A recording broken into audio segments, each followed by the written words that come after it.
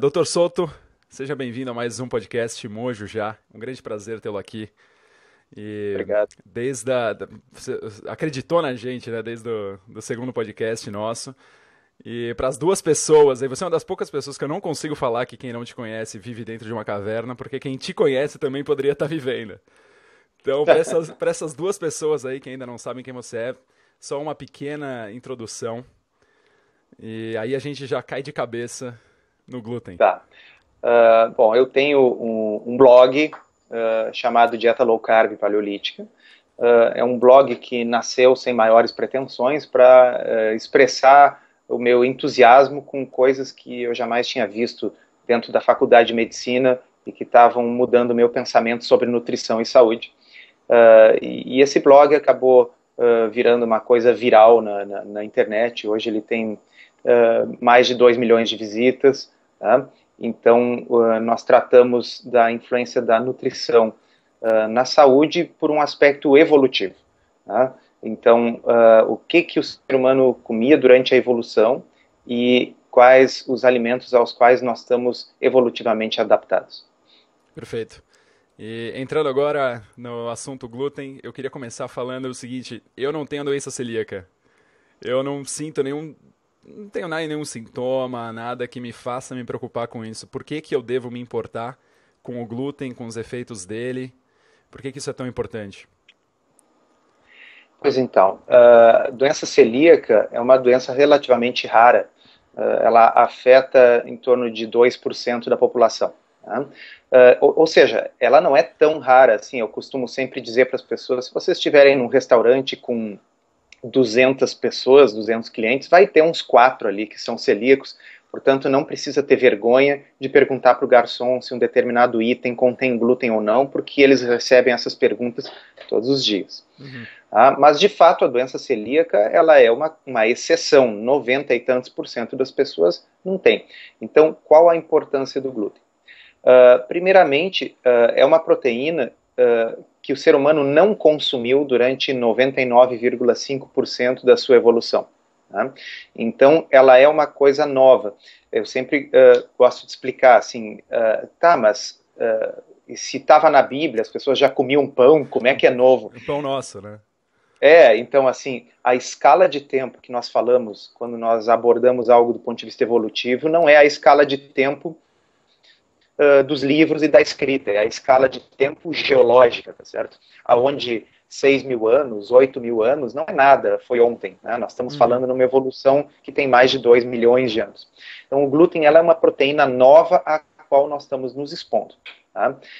É bem verdade que provavelmente algum grau de adaptação já houve nesses milhares de anos, mas nós temos muitas evidências sobre as quais nós vamos conversar hoje, de que boa parte de nós não está bem adaptado.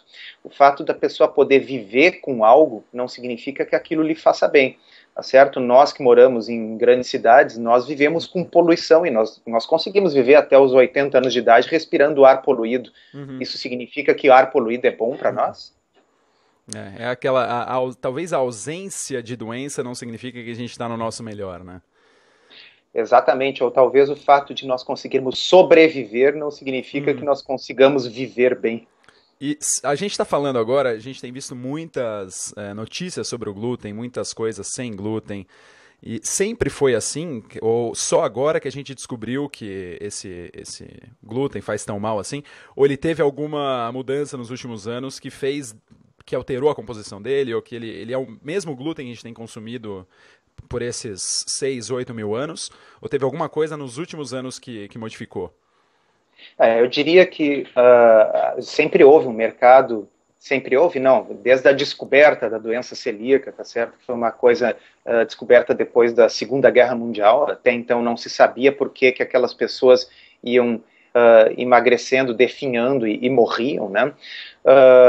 Então sempre houve, desde a descoberta da doença celíaca, um mercado, mas era um mercado de nicho, era um mercado pequeno destinado às pessoas com doença celíaca, que para quem nunca ouviu falar, é uma doença grave de intolerância total ao glúten, onde o glúten leva a uma virtual destruição da mucosa do intestino e a pessoa não consegue mais absorver os alimentos, tem diarreia, tem dor abdominal, etc. Então, essas pessoas portadoras dessa doença iriam em casas especializadas comprar os seus produtos sem glúten. No entanto, à medida que começou a se espalhar a notícia de que existem intolerâncias não celíacas ao glúten, pessoas que se sentem melhor e realmente doenças que melhoram com a retirada do glúten, isso começou a ser propagado na mídia. Então, hoje existe um boom do assunto dieta sem glúten. A outra parte da sua pergunta é interessante. Será que o glúten que nós consumimos hoje é o mesmo que se consumia nos tempos da Bíblia? Com certeza não. O livro que explora isso muito bem, esse aspecto histórico, é o livro Barriga de Trigo, que está traduzido desde o ano passado, tem nas livrarias, o autor é William Davis. Tá? Nesse livro ele explica que o trigo original, a planta que os nossos antepassados consumiam na antiguidade, ele era uma planta, uma gramínea com 14 cromossomos, ok? Muito diferente daquele com 42 cromossomos que nós consumimos hoje, que foi produzido através de entrecruzamentos nesses milhares de anos, mas na década de 1950 houve um projeto para tentar produzir um trigo melhorado. Eu sempre me arrepio quando a gente tenta produzir um alimento melhorado, né? Isso costuma ter consequências não antecipadas. Tá? Não havia ainda engenharia genética nessa época, era por entrecruzamento de várias espécies. Então foram cruzadas espécies de trigo diversas com outras espécies de gramíneas e algumas que nem eram trigo. Tá? Então o número de... Porque o glúten não é uma coisa só. O glúten é um grande conjunto de proteínas, é uma família de proteínas. Então uma pessoa poderia teoricamente reagir a um tipo de glúten e não reagir a outro. No momento que a gente tem uma gramínea, que é o trigo moderno, que combina o glúten de incontáveis espécies por entrecruzamento, a chance de que qualquer um de nós reaja a isso é muito maior. E existem estudos nesse sentido corroborando, inclusive um estudo recente foi publicado mostrando que pacientes com cólon irritável, que não é a mesma coisa que doença celíaca, mas que a gente está vendo que tem a ver com sensibilidade ao glúten, pacientes com cólon irritável que consumiam o trigo original, aquele da antiguidade, não tinham tantos sintomas como os que consumiam o trigo moderno. E antes que quem está nos assistindo pergunte, sim, existem sementes que foram preservadas daquela época e hoje é possível a gente plantar e colher o trigo original. Caramba. E, então, vamos só deixar de uma forma clara aqui, não sei o grau das pessoas de conhecimento sobre o assunto, glúten, trigo, outros grãos. Qual é a diferença, o que é cada um deles, para saber o que a gente está conversando? Bom, quem já mexeu em cozinha, já tentou fazer pão, bolo, essa coisa, o glúten é o que dá aquela característica típica da farinha de trigo, é o que permite que o pizzaiolo gire a massa redonda no dedo sem que saia tudo voando para os lados. Isso, exatamente. Então, realmente, vamos dizer, o glúten, ele facilita a criação de bolos que crescem bastante com fermento, a característica elástica do glúten. O termo vem do grego, significa cola. Né? Glúten significa cola. Então, é a proteína que está presente no trigo, mas ela está presente também no centeio, na aveia, na cevada. Tá? Então, vários cereais contêm glúten. Então, qual seria? Você falou que muitas proteínas que a gente tem contato hoje quando a gente ingere o glúten, elas não estavam lá antes. Quais são essas proteínas e das piores, quais são? Vamos começar a entrar nos efeitos do glúten. Não, então assim, o glúten sempre esteve presente desde que o ser humano começou a comer estes cereais. O que acontece é que há vários tipos de glúten e eles muitas vezes hoje estão combinados no mesmo grão. Então, se a pessoa tem a reatividade a um tipo, talvez não tivesse reatividade a outro, mas quando eles estão todos no mesmo grão, a chance de reagir é maior. Bom, mas afinal, qual é o problema do glúten? Já que ele, pelo que nós falamos até agora, ele só serve para fazer massas gostosas e fáceis de moldar. Aham. O glúten, ele faz parte do mecanismo de defesa da planta contra os predadores. Tá? Então, o glúten serve para provocar alterações na mucosa intestinal, de modo a convencer aquele herbívoro que está comendo aquela planta a ir comer outra planta, tá? Pela sensação desagradável, vamos dizer, que ele vai ter depois de comer muito daquela planta específica. Uhum. Essa é a função do glúten. Tá? E alguns de nós toleram melhor, outros toleram pior, mas o que é muito comum é o seguinte, exceto as pessoas que têm doença celíaca, que ao consumirem o glúten ficam imediatamente doentes, nós vamos falar aqui sobre várias doenças crônicas que vão se desenvolvendo no decorrer de anos, ok? E que a pessoa não faz o link com o glúten. Tá? Então, vamos dizer, por que alguém fuma? Se a pessoa fumasse e desenvolvesse câncer de pulmão amanhã, ninguém fumaria, tá certo? Mas a pessoa fuma, obtém prazer com aquilo, enfim, e ela vai adoecer daqui a 20 anos, tá certo? Uhum. Então, e quando ela adoecer, bom, até meados do século passado, as pessoas adoeciam e elas não imaginavam que estavam adoecendo por causa do cigarro, porque não é uma coisa imediata, tá certo? Precisou a epidemiologia para mostrar que uma coisa estava relacionada com a outra. E você falou que o glúten tem essa defesa contra o ser que está ingerindo ele, que não tem o intestino correto para digeri-lo. Só que é o contrário que a gente vê hoje. Na verdade, a gente come glúten e a gente quer comer mais. Por que a gente sente essa diferença hoje em dia? E só, assim, é algum problema com a gente? Ou é a forma como a gente ingere esse glúten?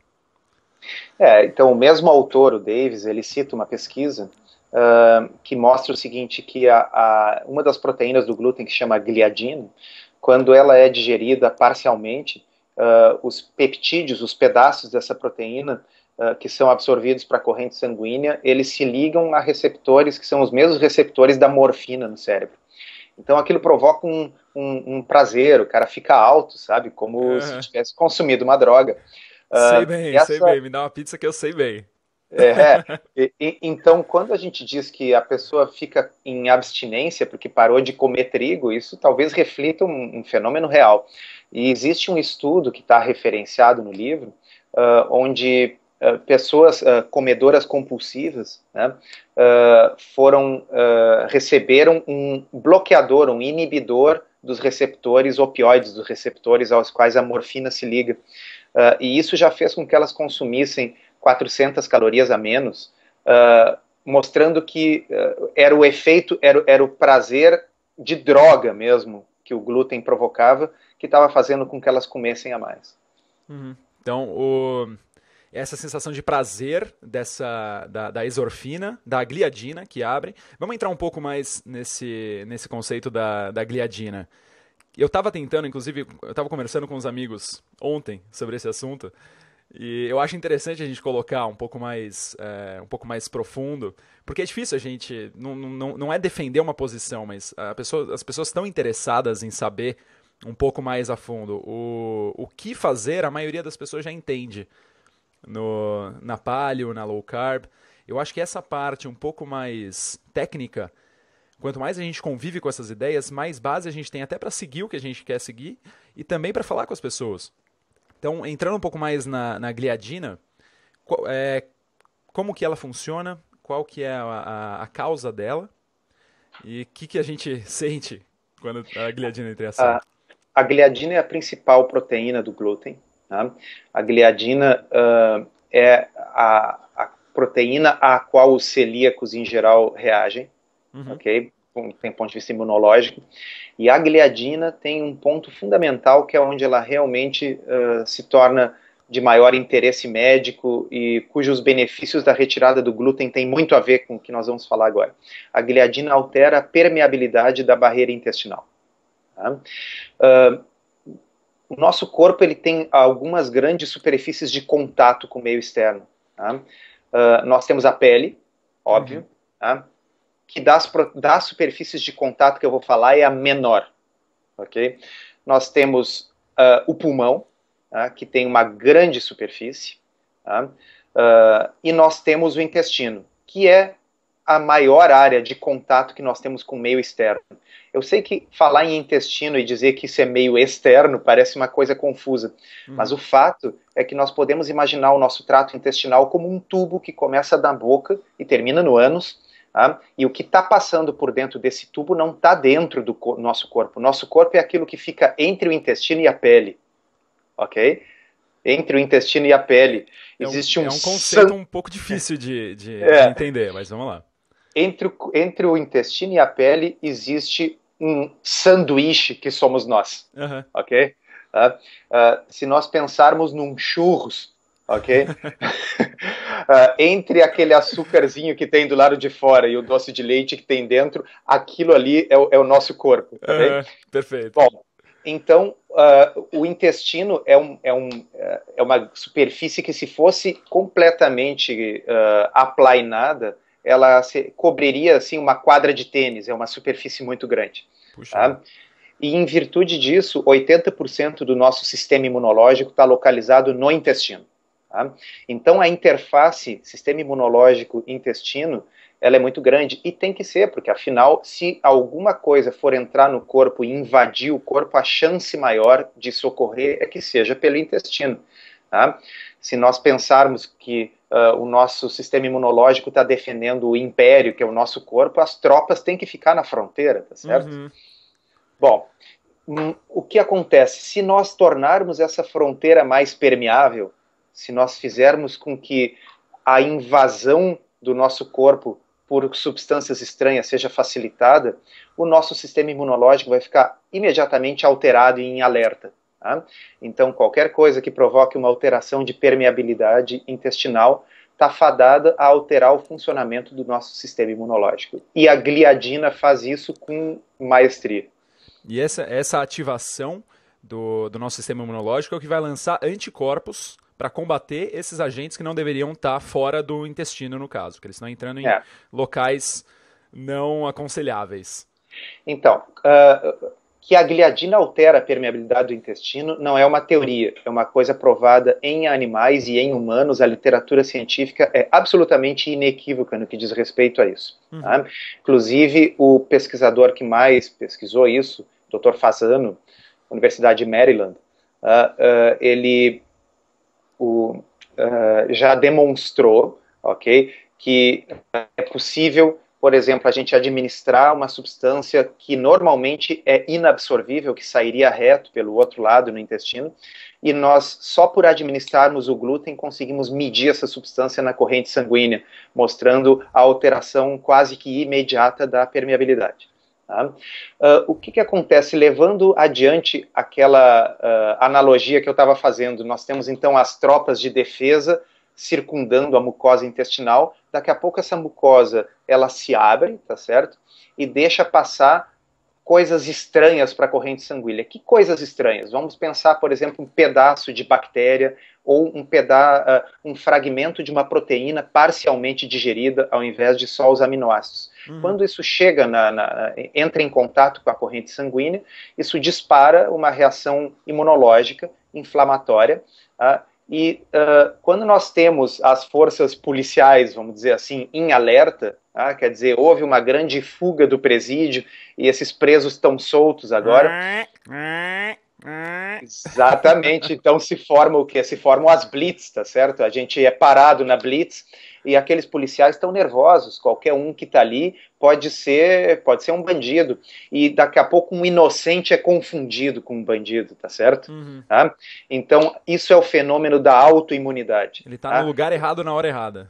Exatamente. Então, aquela proteína nossa, normal, do nosso corpo, vamos dizer, o colágeno que está presente numa articulação do nosso corpo, que é uma proteína normal, inocente, daqui a pouco um anticorpo que se formou contra o colágeno do frango que você comeu vai atacar o seu colágeno. Mas por que aquele anticorpo se formou? Porque aquele colágeno do frango entrou na sua corrente sanguínea. Nunca deveria ter entrado, mas a permeabilidade da mucosa intestinal foi alterada.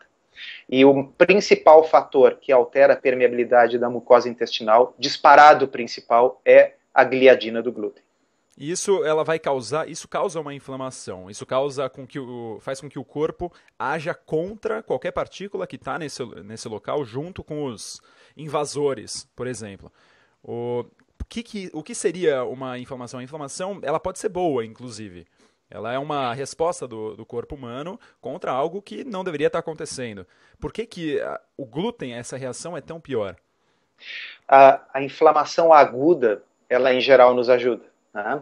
Então, se nós temos um corte no nosso dedo, né, é a inflamação aguda que vai impedir que os germes invadam o nosso corpo através desse corte, tá certo? Células da região do corte vão liberar mediadores da inflamação que vão recrutar tropas do sistema imunológico para aquela região, por isso aquela região fica vermelha, porque o sangue começa a circular mais rápido ali, ela fica dolorida, porque esses mediadores de inflamação provocam dor, e isso faz com que a gente não continue machucando algo que já está machucado, a dor impede, tá certo?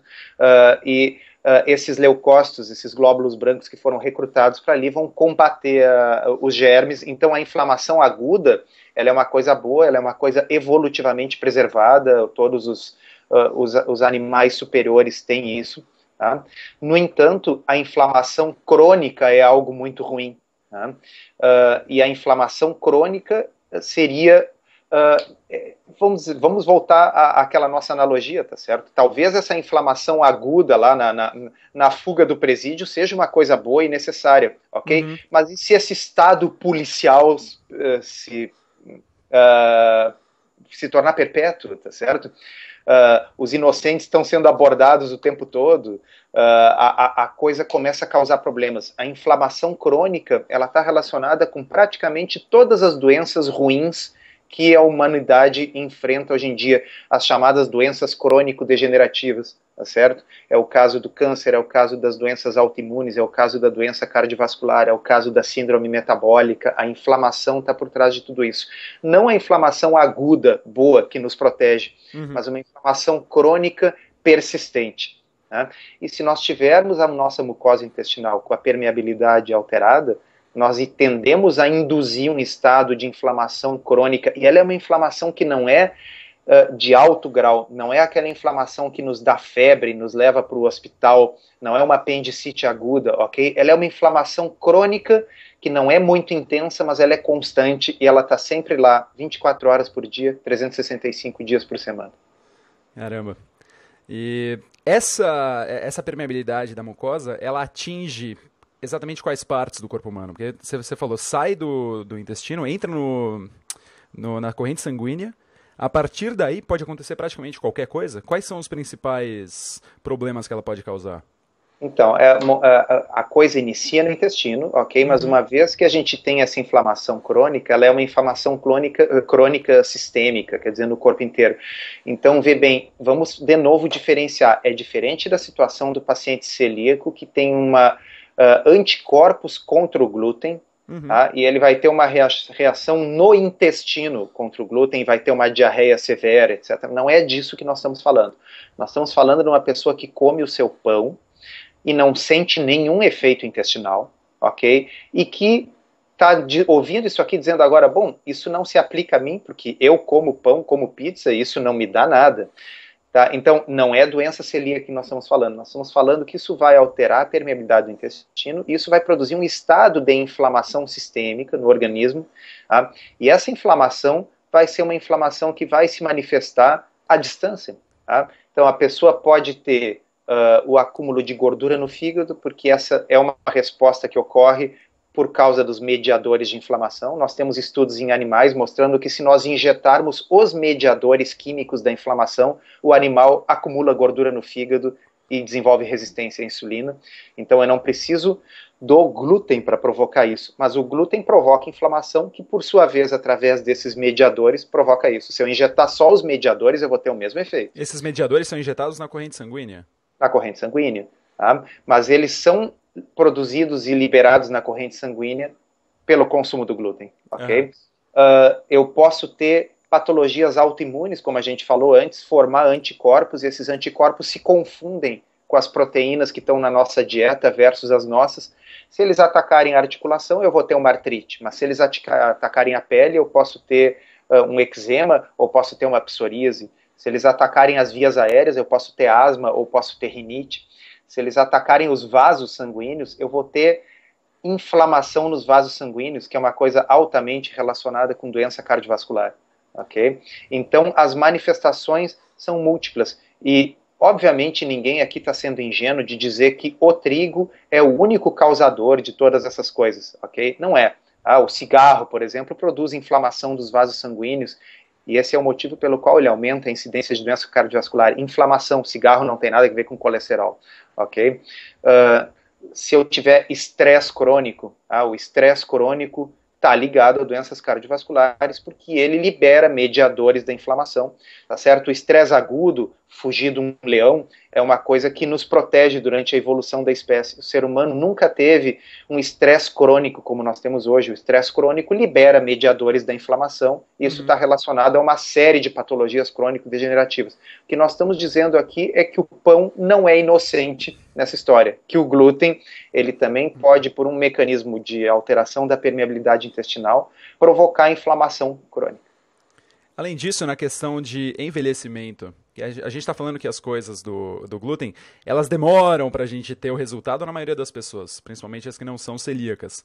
Com relação ao envelhecimento, com relação a melhoras que as pessoas... Agora, vamos sair da parte de evitar doenças. O que as pessoas poderiam ganhar a partir do ponto em que elas evitam ou limitam? Aí vai de você. Será que é bom evitar 100% ou limitar o consumo de glúten? Bom, deixa eu colocar assim, a minha experiência pessoal com a história. Quando eu primeiro comecei a estudar sobre o assunto nutrição e saúde, eu desconhecia completamente esse aspecto do glúten, ok? E o meu foco era, vamos dizer, o meu fascínio era, puxa, como a gente consegue modificar, quase que do ponto de vista farmacológico, os níveis de hormônios, os níveis de insulina, simplesmente escolhendo o que a gente come, evitando os carboidratos e nos focando mais em proteína e gordura na dieta. Tá? Então, assim, depois de ter perdido uma quantidade grande de peso em pouco tempo, né, eu digo, puxa, vou experimentar isso em alguns pacientes obesos que vinham consultar por outros problemas. Olha, quem sabe o senhor experimenta evitar pão, massa, batata, açúcar, essas coisas e ver o que acontece. E aí alguns pacientes perderam muito peso, né, melhoraram essa saúde, melhoraram os seus exames, e de vez em quando algum dizia assim, uma dor de cabeça que eu sentia a minha vida inteira, eu não sinto mais. Puxa vida. E aí eu achava assim, bom, deve ser porque a saúde do sujeito como um todo está melhor. Aí outro dizia assim, a rinite alérgica que eu tinha desapareceu, ok? E daqui a pouco outro dizia, puxa vida, todos os dias de manhã eu acordava com as juntas doloridas e duras e levava uma meia hora para as juntas azeitarem e começarem a perder a rigidez. Isso a gente que é médico sabe, isso é sintoma de artrite reumatoide, tá certo? E isso passou, eu não tenho mais. Então eu fui ouvindo essas coisas e eu não conseguia entender de onde é que vinha isso, né? Quando finalmente eu comecei a ver, então, entrar em contato mais com a questão da dieta paleo e ver que os autores que publicavam sobre isso falavam que isso é um fenômeno comum e esperado com a retirada do glúten. Tá? Mas foi realmente quando eu conheci o trabalho do Dr. Fasano, esse pesquisador de doença celíaca, que descobriu que o glúten altera a permeabilidade intestinal e que isso facilita a geração de toda e qualquer doença autoimune e inflamatória crônica, que me caiu a ficha que aquilo não era uma coisa ao acaso, que não era uma coincidência, que não era apenas porque as pessoas estavam com a saúde como um todo melhor. É porque quando eu mandava essas pessoas retirarem carboidratos da dieta, sem me dar conta, eu estava mandando elas retirarem o glúten também. Okay? Então, nada na medicina é uma panaceia, tá certo? Não existe nenhuma intervenção isolada que vai curar todas as doenças ou melhorar todas as pessoas. Dito isso, nós estamos falando de uma intervenção simples, que não tem nenhum risco, que não tem nenhum efeito colateral e que pode ajudar muita gente e para a qual a medicina tradicionalmente não tem nenhuma resposta. Tá? Então, qual é o tratamento para as doenças relacionadas com inflamação crônica? É simplesmente usar medicações altamente potentes que reduzem o sistema imunológico como um todo e com uma série de efeitos colaterais. Nós estamos falando de corticoides, e nós estamos falando de medicações que são usadas para tratamento de câncer, são usadas para tratamento de rejeição a transplantes. Esses são os remédios que hoje em dia a gente dá para um paciente que tem uma doença autoimune. Nós damos, são medicamentos com riscos grandes e com efeitos colaterais grandes. Qual é o risco que nós temos em dizer para uma pessoa, experimente ficar 30 dias sem comer glúten? Comparado com o que eu acabei de dizer, tá certo? Então, mesmo que eu não tenha grandes estudos comprovando 100% e nos colocando em números qual é a chance que uma pessoa com, digamos, artrite reumatoide tem de melhorar com a retirada do glúten, bom, a medicina não tem nada muito melhor para oferecer, ok? O que a medicina tem para oferecer são drogas como o metotrexate, que é um quimioterápico, tá? Que tem riscos grandes para a saúde e cujo grau de melhora também é longe de ser 100%. Então, o que eu penso? É quase que a minha obrigação ética, sabendo do que a gente sabe, oferecer para todo paciente que tem uma patologia inflamatória crônica e autoimune essa alternativa completamente benigna e 100% isenta de efeitos colaterais. Experimente por um tempo parar de comer estes alimentos e vamos nos focar nestes alimentos. E dicas de passagem, o que nós estamos tirando da dieta é bolos, pães, pastéis, tá certo? São coisas que ninguém acha que vão fazer falta do ponto de vista de saúde, e nós estamos nos focando em alimentos naturais, em verduras, frutas, carnes, peixes, ovos, frutos do mar, nozes, castanhas, em coisas que, graças a Deus, a nutrição atual já se deu conta que são as mais saudáveis. Então, é o que a gente chama de win-win situation, tá certo? É uma situação onde se ganha de qualquer forma. Na pior das hipóteses, a doença autoimune pode não melhorar, mas a pessoa vai ficar mais saudável, vai perder peso e os seus exames vão melhorar. E na melhor das hipóteses, ela vai se livrar de um problema de anos, para o qual a medicina convencionalmente oferece soluções muito ruins e que lidam apenas com os sintomas e não com a causa. Essa a gente já conhece bem, né? Ele vai lá no médico e fala, tô meio mal aqui, toma isso. Não tem uma orientação aqui. Até esqueceram, uma coisa que me preparando para essa entrevista, eu ouvi alguns podcasts do William James e do David Perlmutter, que ele fala, inclusive, que doutor não significa curador, significa professor, que é isso que a gente está tendo aqui, tá tendo a honra de ter aqui no podcast com o Dr. Souto. E essa mentalidade de não vou mudar nada, me dá a pílula mágica, me dá um band-aid que eu vou colocar aqui para curar, que acaba sendo uma coisa, você convive com essa doença crônica e você nem se desenvolve mentalmente para mudar os hábitos, porque, querendo ou não, depois que você coloca um hábito novo na sua vida, você sabe que você é capaz de mudar, você sabe que você é capaz de melhorar, você sai do outro lado um pouco mais fortalecido também. Entrando na parte cerebral um pouco, eu queria, na verdade, conversar sobre a epigenética um pouquinho. Que quanto mais a gente entra nisso, mais a gente vê que, eu não sei nada dessas coisas. E é demais, você vai pesquisando, você vai vendo e tal. Uma coisa que eu percebi, lendo, é que a gente consegue mudar, basicamente, a expressão dos nossos genes.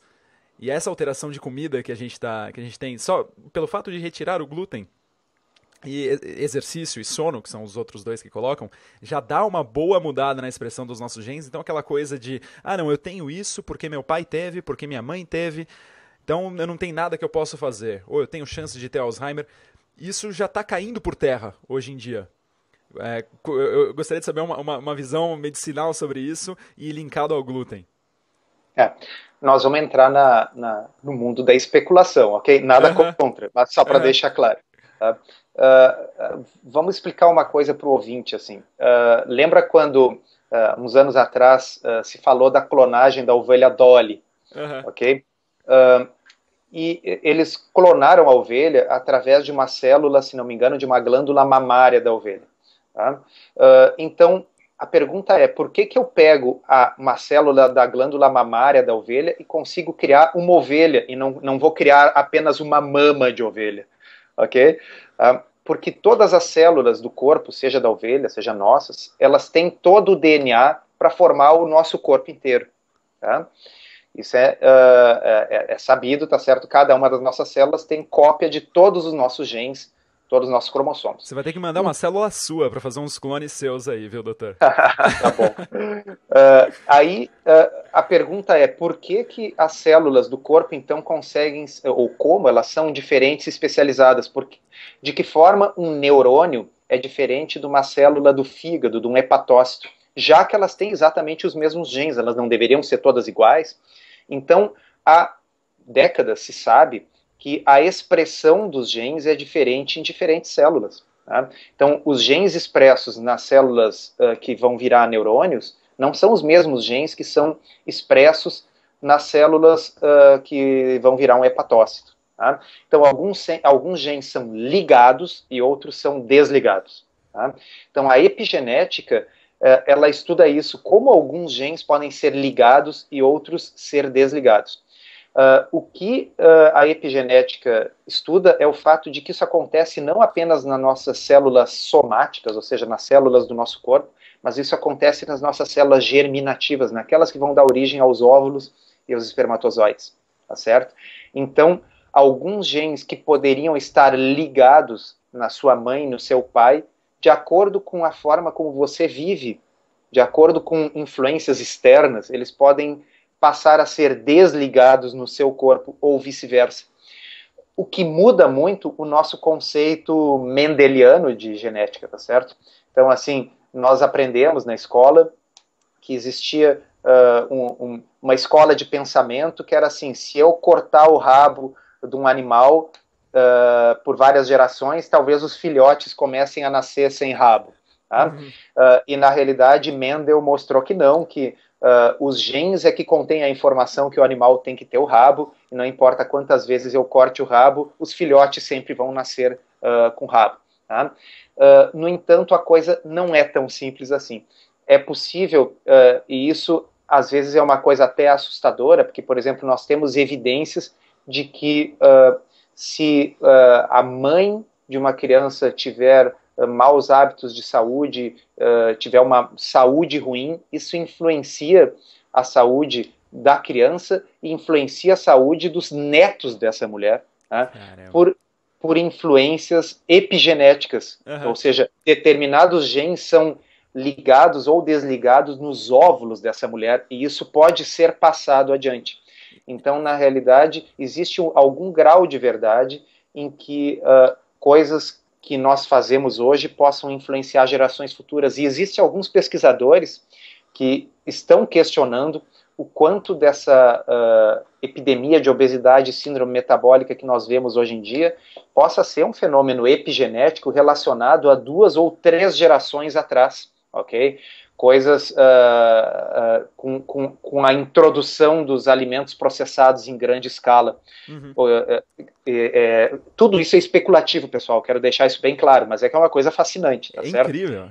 De que, por exemplo, a introdução dos alimentos processados, das primeiras margarinas no início do século XX, das pessoas pararem de cozinhar e comprarem seus alimentos prontos, industrializados, possam estar influenciando a saúde de pessoas que hoje cuidam da sua saúde, cuidam o que comem, mas elas herdaram epigeneticamente problemas dos seus avós. Okay? É uma coisa possível. Não está absolutamente... Em animais, isso está bem claro, que pode acontecer. Okay? É legal que faz a gente se sentir um pouco mais poderoso, faz a gente sentir um pouco mais em controle da nossa vida. A gente não precisa depender de coisas externas e a gente não tá já feito, é isso, eu sou essa pessoa que eu sou.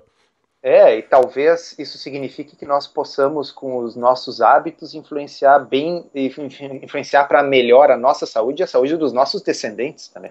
Exato, que é, na verdade, a ideia principal de tudo, né? A gente quer viver bem para os nossos filhos, a gente quer viver bem para nossa família, a gente quer deixar pessoas bem preparadas aqui para viver nesse mundo.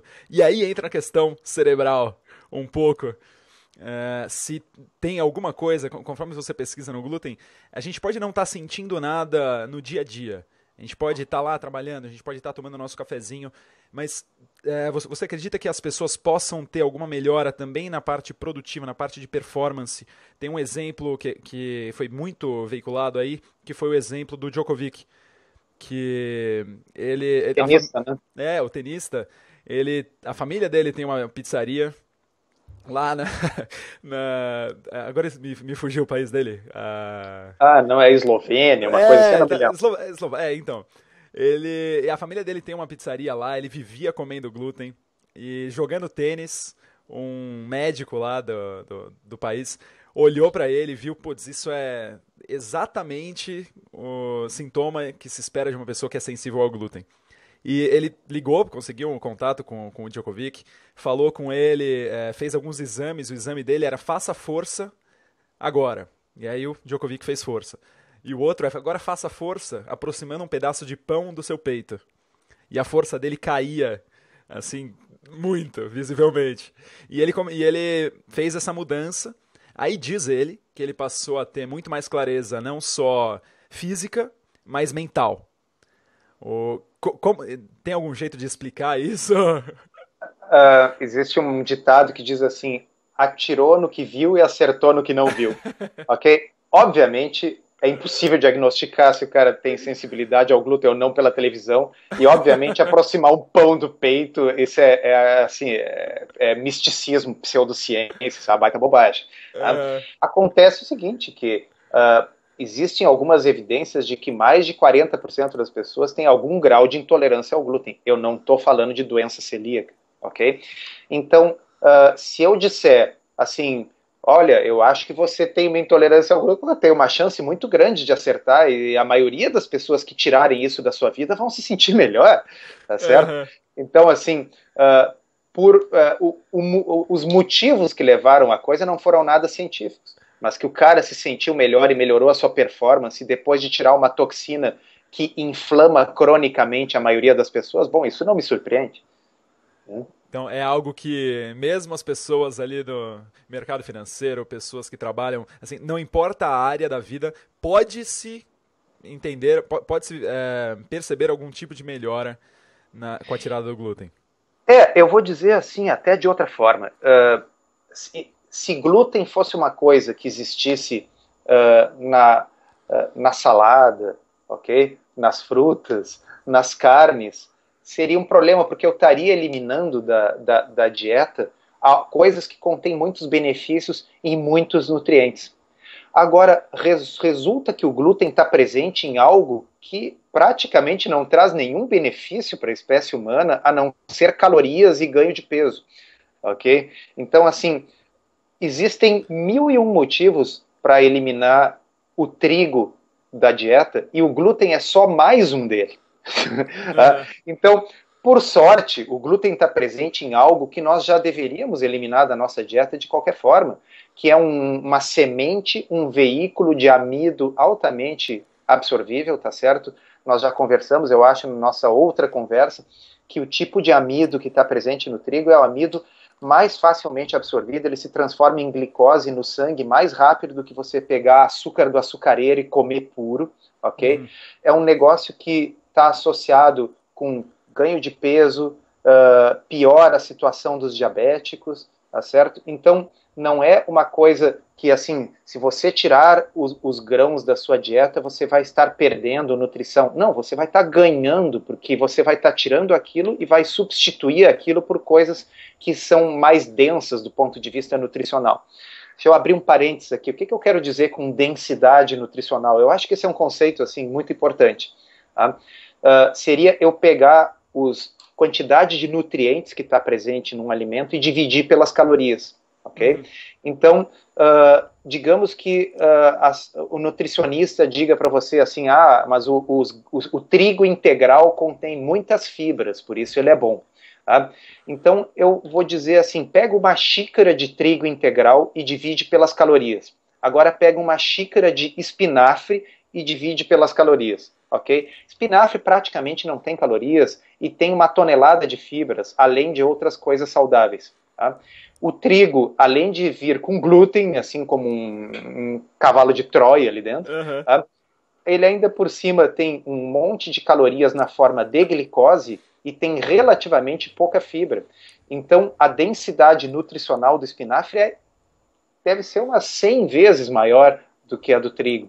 Então, se eu deixar de comer um pão de manhã e comer um omelete com espinafre, ok? A densidade nutricional desses 2 cafés da manhã é um troço, assim, vastamente diferente. Fora que o pão, 1 hora depois eu vou estar com fome, fora que o pão vai elevar a minha insulina, que é um hormônio que vai facilitar o armazenamento de gordura, enquanto que aquele omelete com espinafre, além de ser a glória do sabor, tá certo? Vai me deixar saciado até as 2 da tarde, tá? E não vai mexer farmacologicamente com os meus hormônios, facilitando o armazenamento de gordura. Então, pessoal, por que eu vou comer pão? Pão, eu costumo dizer, pode até ser erroneamente, mas eu gosto de falar para os amigos, pão é ração. Exato. Assim, eu já coloquei no blog, repito de novo, e aliás, a frase original não é minha, do Jared Diamond, que é o autor de Armas, Germes e Aço, um livro muito interessante, mas ele coloca assim, aquilo que é bom para a espécie não é necessariamente bom para o indivíduo, ok?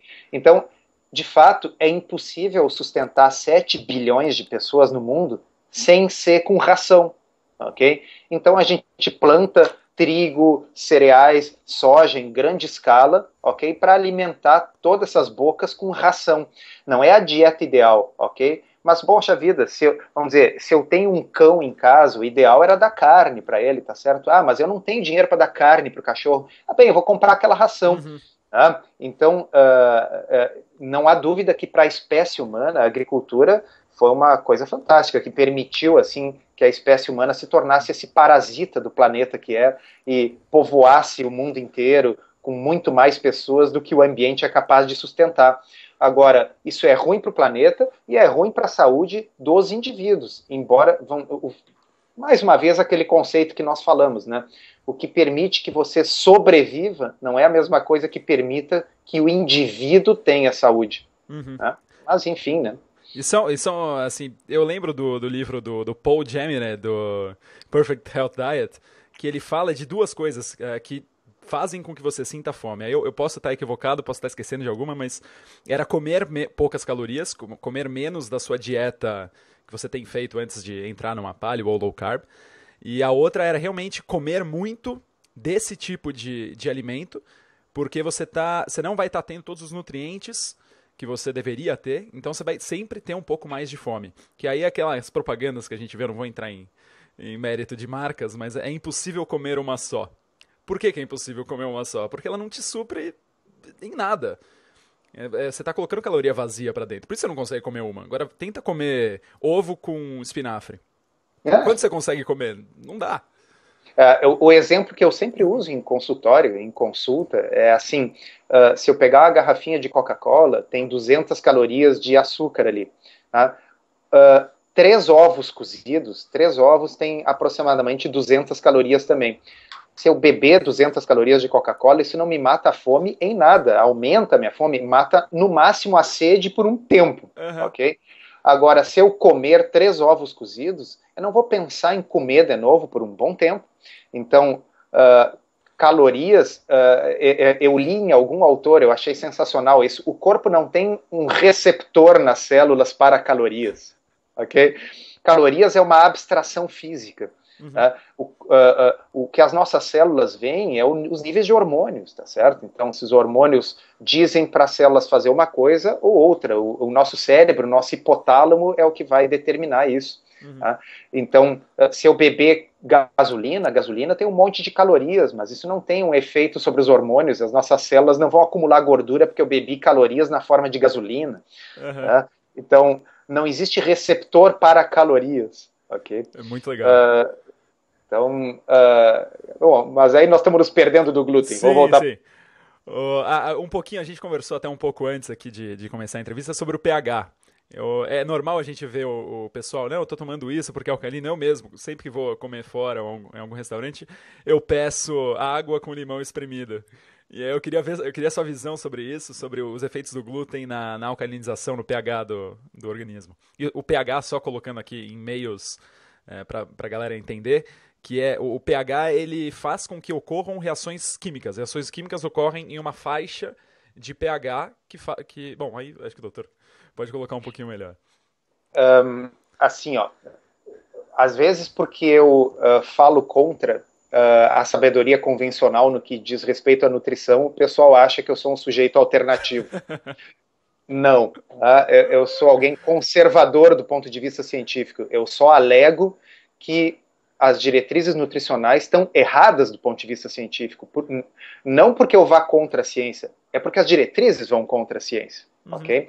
Então, assim, eu não acredito em curas energéticas pelas mãos, tá certo? Eu não acredito em horóscopo, tá? Então, assim, a história do pH é uma coisa propagada em meios alternativos de saúde e tal. Eu não consigo ver quase nada do ponto de vista científico que faça sentido nessa história. Tá? Vamos explicar para o pessoal. pH é a acidez. Tá? Então, assim, o pH baixo significa acidez e o pH alto significa que é alcalino. Tá? O corpo tem um pH altamente regulado. Regulado numa faixa muito estreita, como você falou. Regulado entre 7,35 e 7,45. 7 seria o pH neutro. O corpo é levemente alcalino. Ok? Se o nosso pH mudasse muito de acordo com o que a gente come, nenhum de nós estaria vivo, nenhum de nós, ok? Por quê? Porque as reações químicas do nosso corpo, elas são otimizadas para ocorrer dentro dessa faixa absurdamente estreita de pH, entre 7,35 e 7,45. Tá? Então, quando a gente estuda bioquímica, a gente vê que existe todo um mecanismo complexo chamado mecanismos tampão, que impedem que o pH oscile de forma significativa. Oscilações de pH do tipo assim, o pH ir para perto de 6, por exemplo, são normalmente indicações de morte iminente. A gente, em geral, só vê isso em UTIs de hospital, no paciente que está morrendo. Tá? Então, eu posso comer uma coisa que tem um pH 3 ou 4, ok, altamente ácida, ou eu posso consumir uma colher de bicarbonato de sódio misturado na água, que tem um pH altamente alcalino, ok? Isso não vai mudar o pH do corpo de forma significativa. Eu repito, não muda. Quem diz isso nunca estudou bioquímica ou fisiologia, ok? Então, e tem que ser assim, porque senão, como eu já disse, todos nós morreríamos.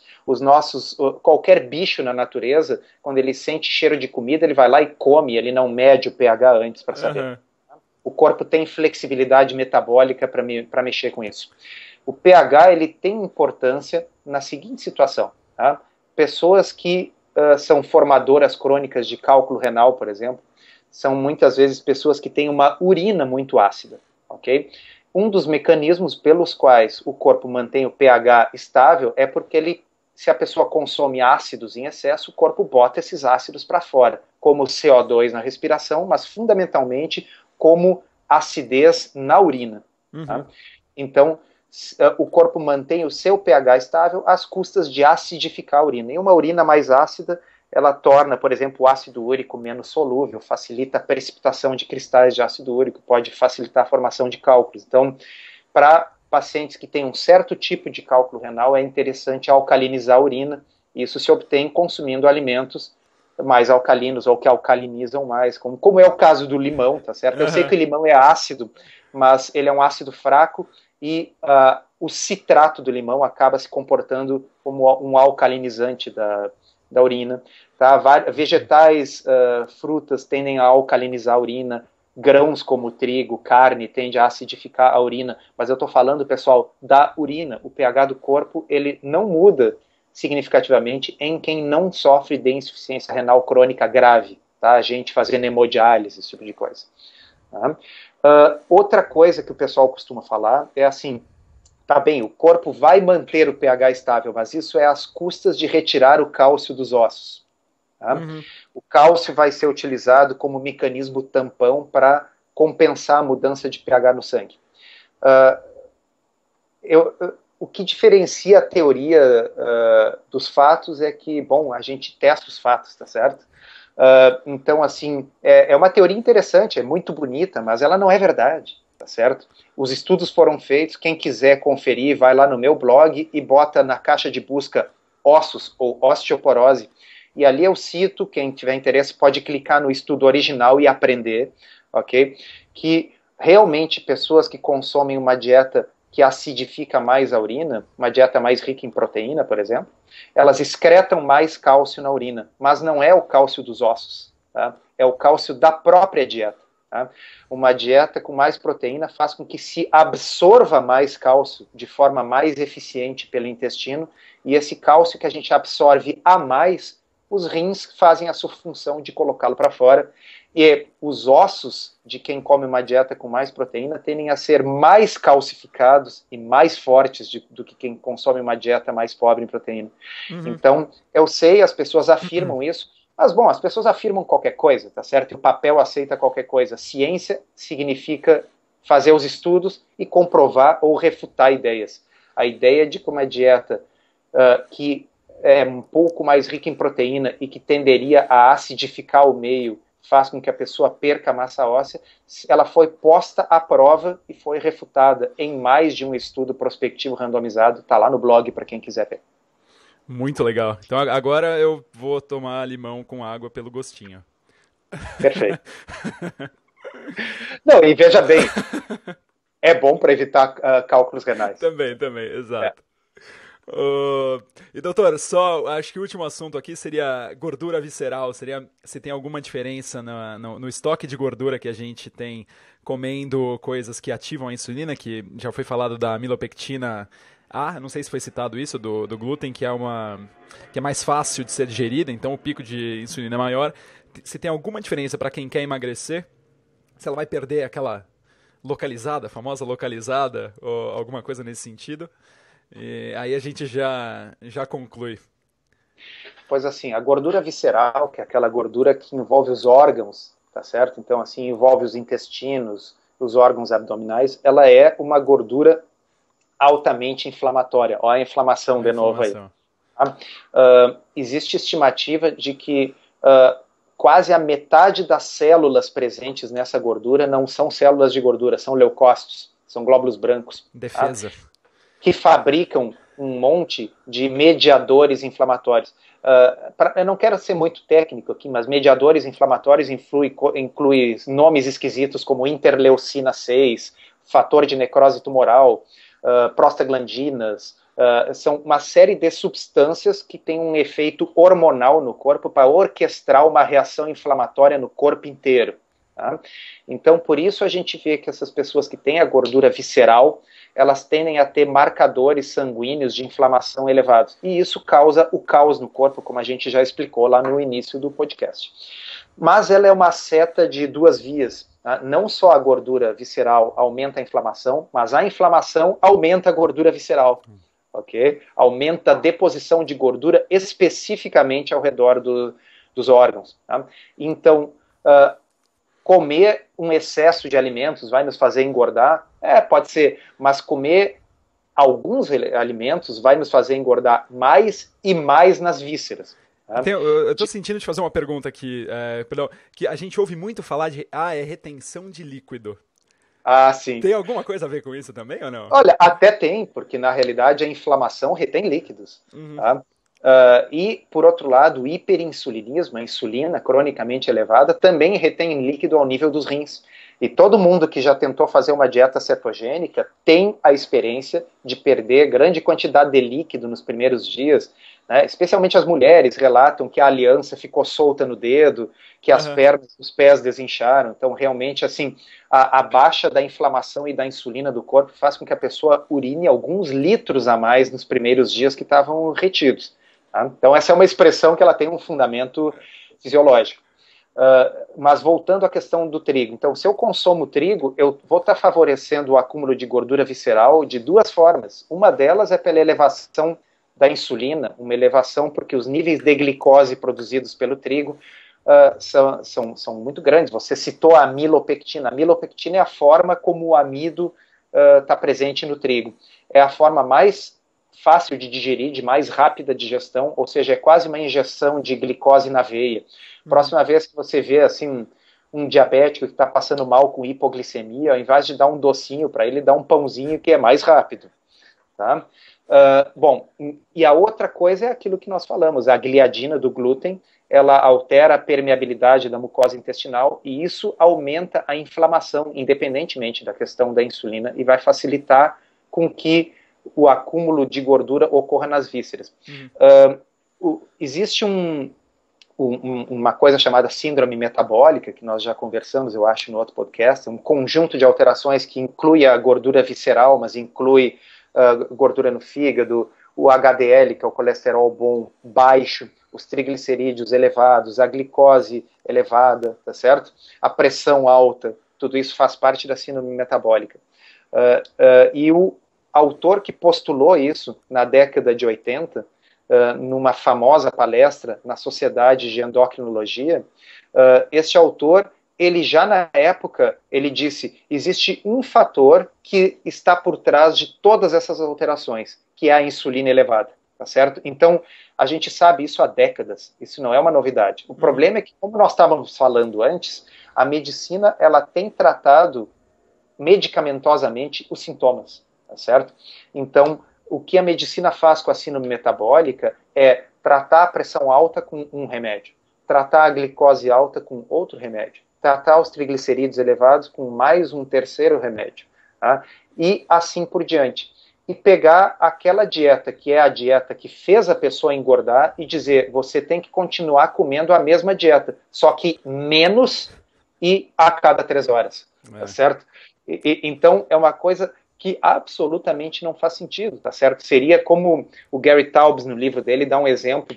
Se nós pegássemos uma pessoa que tem um tumor que fabrica hormônio de crescimento, é o caso dessas pessoas que têm gigantismo, né? Pessoas que crescem muito além de 2 metros de altura, e eu dissesse que a solução é essa pessoa comer menos e se exercitar mais, porque aí ela gastando calorias, ela vai parar de crescer. Tá? Eu tenho que retirar aquele tumor que está produzindo hormônio de crescimento em excesso. Se eu fizer a pessoa passar fome, de fato ela vai interromper o crescimento dela, mas isso é uma forma absurdamente burra de fazer a pessoa parar de crescer, fazer ela passar fome. Se eu tenho uma coisa que está estimulando a minha insulina 10 vezes acima do normal, que é o consumo excessivo de carboidratos, é uma coisa burra fazer a pessoa simplesmente cortar o consumo dos alimentos de uma forma generalizada e entrar num estado catabólico de falta de comida para fazer com que a pessoa pare de engordar, quando eu poderia simplesmente intervir farmacologicamente nesses hormônios. E quando eu digo farmacologicamente, não é dando uma pílula. Os alimentos que nós consumimos são remédios, tá certo? Eu posso comer 100 calorias de um alimento que vai elevar 10 vezes a minha insulina, ou eu posso comer 100 calorias de um outro alimento que não vai ter esse efeito. É usual aí a gente ouvir muito nos Estados Unidos o pessoal falar que isso é algo extremamente novo, foi postulado agora há pouco tempo, 2000 anos atrás, por Hipócrates, que a comida seja o seu remédio. E outra coisa, o que é extremamente novo e os efeitos desastrosos estão para todo mundo ver, é a moda, eu vou usar a palavra de novo, é a moda da dieta de baixa gordura. Ok? Essa é uma moda que foi instituída por políticos, pelo governo americano, na década de 70, foi propagada sem ter base em ciência. A ciência, em 2014, mostra que isso é um troço que não tem nenhum cabimento, ok? E o que nós tivemos foi um experimento sem nenhum precedente histórico na população do mundo inteiro, onde nós mandamos um monte de gente comer uma dieta que nunca foi a dieta da espécie humana, e nós estamos tendo 2/3 da população adoecendo, ficando com sobrepeso, síndrome metabólica, diabetes, em virtude desse grande experimento, dessa moda louca de retirar a gordura natural dos alimentos e passar a comer carboidratos no seu lugar. Sem dúvida. Então, já chegando aqui no final, alimentos sem glúten completamente liberado, doutor. Completamente liberados. E eu diria o seguinte, as pessoas, volto a dizer, as pessoas têm muita facilidade de testar coisas arriscadas e de imaginar na sua cabeça que os riscos não são tão grandes. E as pessoas parecem ter muita dificuldade de implementar, quiçá que seja por 30 dias, uma mudança de estilo de vida, cujo risco é zero, ok? E que pode lhe trazer um benefício. Eu faço um desafio ao nosso ouvinte aqui, ao nosso espectador, retire o glúten completamente da dieta por 30 dias e veja o que acontece. Se não houver nenhuma mudança, volte a comer. Não há risco, não há nenhum risco, tá certo? Então as pessoas experimentam tomar remédios perigosos, fazer coisas arriscadas, mas parece que parar de comer esse alimento é um pecado. Mudar de hábito é sempre a coisa mais difícil, né, da população. E só entrando na questão dos alimentos sem glúten, é muito normal a pessoa que vai começar a fazer isso consumir esses alimentos sem glúten. É melhor do ponto de vista da gliadina, que não vai estar tendo essa permeabilidade do estômago, mas mesmo assim existe a possibilidade de você substituir por algo um pouco mais denso na forma de nutriente, né, falando de nutrientes. Penso o que acontece é assim, ó.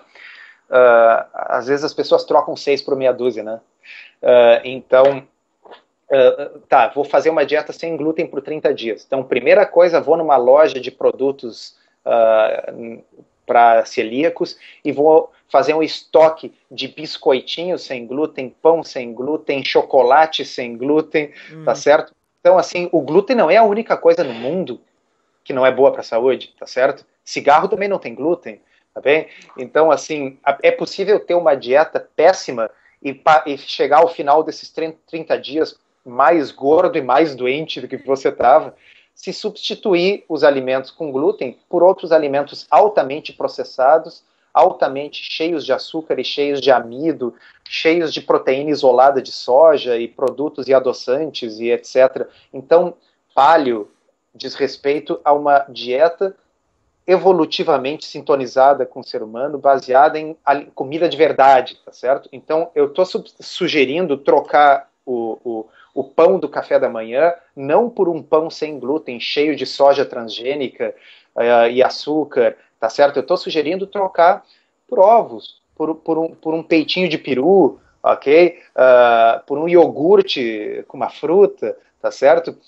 Então, eu estou sugerindo trocar o macarrão, ok? Não é por um macarrão sem glúten feito de farinha de arroz que vai elevar a insulina tanto quanto, talvez não altere a permeabilidade intestinal da mesma forma, mas eu estou sugerindo por trocar isso por um salmão com alcaparras, com salada, por frutos do mar, por camarão, por ovos com carne, entendeu? Por salada, comida de verdade, pessoal, comida, coisas que os nossos bisavós reconhecessem como comida, não coisas que vêm dentro de caixas com rótulos, com ingredientes impronunciáveis, tá certo? Prometo que agora é a última pergunta. É difícil te largar, doutor. A gente foi conversado aqui antes que a gente tem várias superfícies de contato com o meio externo. Então, a gente falou do estômago, que é a maior, a gente falou da pele, que é a menor, inclusive. Onde mais a gente poderia ter preocupação de ter contato com glúten em alguns produtos que a gente não tem noção que possam ter glúten? E se isso é tão importante quanto a ingestão do glúten? Eu tenho a impressão que esses contatos através de cosméticos, por exemplo, eles são mais relevantes para quem é celíaco mesmo, que tem a imunidade contra o glúten. Então, existem produtos, vamos dizer, esse amido, muitas vezes quando a gente vê num produto, nos ingredientes ali, amido modificado, tá? Às vezes aquele amido modificado é amido de trigo, tá? Contém glúten. Então, existem pessoas com doença celíaca que realmente, assim, se a pessoa respirar o pó da farinha que está sendo usada para fazer um bolo, aquilo pode desencadear um ataque autoimune e levar a pessoa para o hospital. Tá? Mas isso diz respeito vamos dizer, é a mesma situação, tem pessoas que são alérgicas a nozes ou alérgicas a camarão, tá certo? Que se a pessoa entrar em contato assim, com a poeira daquela noz, daquele amendoim, né, vai ter uma reação anafilática, pode até morrer e tal. Isso é específico para essas pessoas. Eu acho que o que nós temos que fazer é parar de ficar enfiando quantidades mensuráveis disso goela abaixo na nossa maior superfície de absorção. Então não adianta virar paranoico também. Isso aqui tem glúten, meu shampoo, meu sabonete. Eu acho que não é para tanto, assim, na realidade, às vezes quando as pessoas conversam com pessoas como nós, tá certo? Tem a impressão de que nós somos, assim, super extremos e paranoicos e tal. Na realidade, eu vejo o seguinte, para aquelas doenças, para aquelas pessoas que têm doença autoimune, tá? Se a pessoa tem uma psoríase, parou de comer glúten e a psoríase entrou em remissão, desapareceu. Como eu já vi, vou publicar no blog daqui a alguns dias um caso, tá, de um relato de um paciente. 19 anos tendo psoríase e nenhum tratamento funcionava, em um mês sem glúten, o cara estava 80% melhor. Caramba. Tá? Então, assim, esse sujeito, se ele comer glúten, é loucura, tá certo? Porque basta uma vez, basta um pouquinho para desencadear o problema autoimune por semanas. Tá? Uhum. Então, essa pessoa tem que cuidar. Talvez eu, se fosse ele, não usaria nenhum cosmético que eu suspeitasse que tivesse, até porque psoríase é uma doença de pele, né? Tá? Bom, já no caso de uma pessoa que não tem nenhum problema de autoimunidade, tá? Se a pessoa quiser fazer uma dieta paleo, mas uma vez na festa de aniversário da sua filha comer uma fatia de bolo, eu acho razoável, tá certo? Não vejo problema. Então, feliz ou infelizmente, nós não somos todos iguais e a forma como nós vamos abordar isso com diferentes pessoas é diferente. O glúten é uma coisa que não agrega nada na saúde de ninguém, mas ele é muito pior para alguns do que para outros. Uhum. Aquela que eu tava até comentando, tem um amigo meu que fala, eu tenho medo de parar de comer glúten, parar de comer pão de queijo, porque se eu perceber que eu funciono melhor sem comer essas coisas, eu vou ter que parar de comer. Dá uma boa notícia pro teu amigo, pão de queijo não tem glúten, o pão de queijo é feito com polvilho. Oh, isso é muito bom. Tá? Pão de queijo é uma coisa que uma hora dessas eu vou consumir alguns pães de queijo e medir minha glicemia depois. Eu suspeito que não vai elevar muito. O pão de queijo, ele tem carboidrato? Tem, mas é na forma de polvilho, que é um negócio feito da mandioca, não tem glúten, e a quantidade de gordura e proteína que tem num pão de queijo possivelmente segure um pouco o pico de glicose do pão de queijo. Eu vou falar então, o pão de queijo em pequenas quantidades está liberado. Eu vou terminar aqui e vou ligar para ele agora. Pode dizer para ele que seus problemas estão resolvidos. Doutor Souto, muito obrigado. Falar de novo, é difícil te largar, é difícil parar essa conversa, tem tanta coisa, dá para ir tão profundamente com você. E quero te agradecer mais uma vez pelo teu tempo. Eu sei que é difícil, eu sei que a gente tem visto como esse assunto tem crescido, como você tem sido requisitado por aí. Muito obrigado, é sempre um prazer falar com você. Tô, assim, em êxtase, como sempre. E é isso. O papo é muito bom, eu agradeço o convite também, e se a gente não parar, eu sou capaz de falar por 3 horas. Então tem que interromper mesmo. Sem dúvida. Muito obrigado, doutor Souto. Até a próxima. Um abraço. Um abraço.